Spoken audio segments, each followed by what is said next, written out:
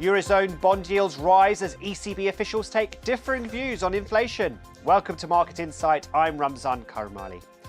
ECB board member Isabel Schnabel said the central bank may slash rates in June, but she added it should be cautious thereafter. However, Vice President Luis de Guindos said there was increased confidence among policymakers that inflation will ease back to target next year. So who should we listen to more closely? Well, to help answer that and more, I'm joined by Vicky Pryce, Chief Economic Advisor at the Centre for Economics and Business Research. Vicky, thanks so much for joining us. Well, let's start with the noises coming from ECB policymakers. It seems a June cut is extremely likely, but after that, what do you think is going to happen?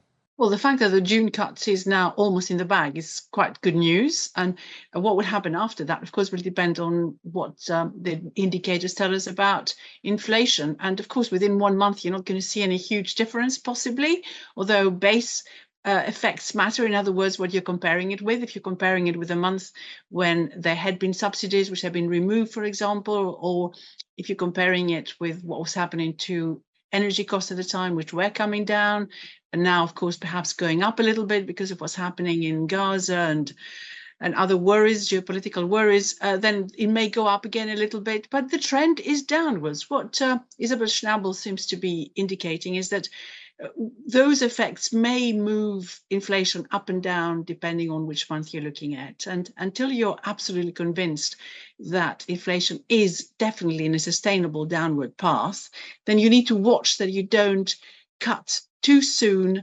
1 month after another, and then you've got to react possibly by, I presume, having to raise rates again if things turn the other way. So what she's saying is just caution. She's not saying that we shouldn't be cutting rates again after June. She's just saying that June and then July is perhaps not a very good idea. Well, let's stick with the Eurozone. And earlier this week, the EU Commission improved its forecast for economic growth in 2024. So does that make it easier for more rate cuts then? Well, not necessarily, of course. I mean, what we've got now is a little bit more confidence. What's happening is that the consumer is spending again. In the EU and the Eurozone more generally, unemployment has stayed quite low, which is, again, sort of good news. And the growth prospects are for the Eurozone 0.8% for 2024 in the latest forecast, and then a faster recovery with growth of 1.4% in 2025. I mean, that's not going back to where we used to be pre-COVID and really pre-financial crisis, but at least it's an improvement. Within that, there is huge divergence. So you have Germany, certainly this year, hardly growing at all. You've got quite a lot of the Southern European countries doing considerably better.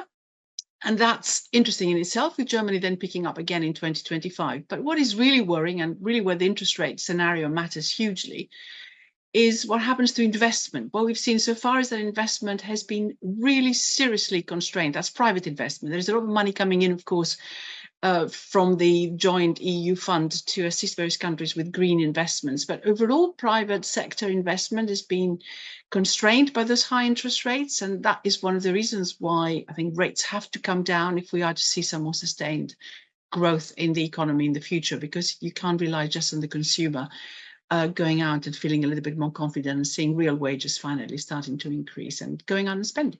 Now, the markets seem pretty confused about the US Federal Reserve and when it may start cutting rates. Where are the Fed compared to the ECB when it comes to the easing cycle? Well, we've seen inflation actually do slightly better than had been anticipated. Now, when you look at the US, I mean, we've had this very long history of Fed watchers sort of listening to every little thing that's being said. And indeed, we have got the problem right now that 3 of the Fed governors of different Feds across the US have said that we have to be quite cautious about cutting rates. But there is no real reason why rates should not be cut. The real question is, will they be cut in June alongside what I think is quite likely to be the case with the Bank of England and the ECB, or are they going to wait a little bit more? And of course, politics will intervene. We have the elections in the US, of course, coming up in the early autumn and in November. And therefore, you do need to, or certainly I would imagine that President Biden would like to see some rates come down before that. But I think the likelihood is that there will be cuts. The question is exactly when. Vicky Pryce from the CEBR, many thanks for your thoughts. And that's Market Insight. Don't forget you can watch more videos on Reuters.com.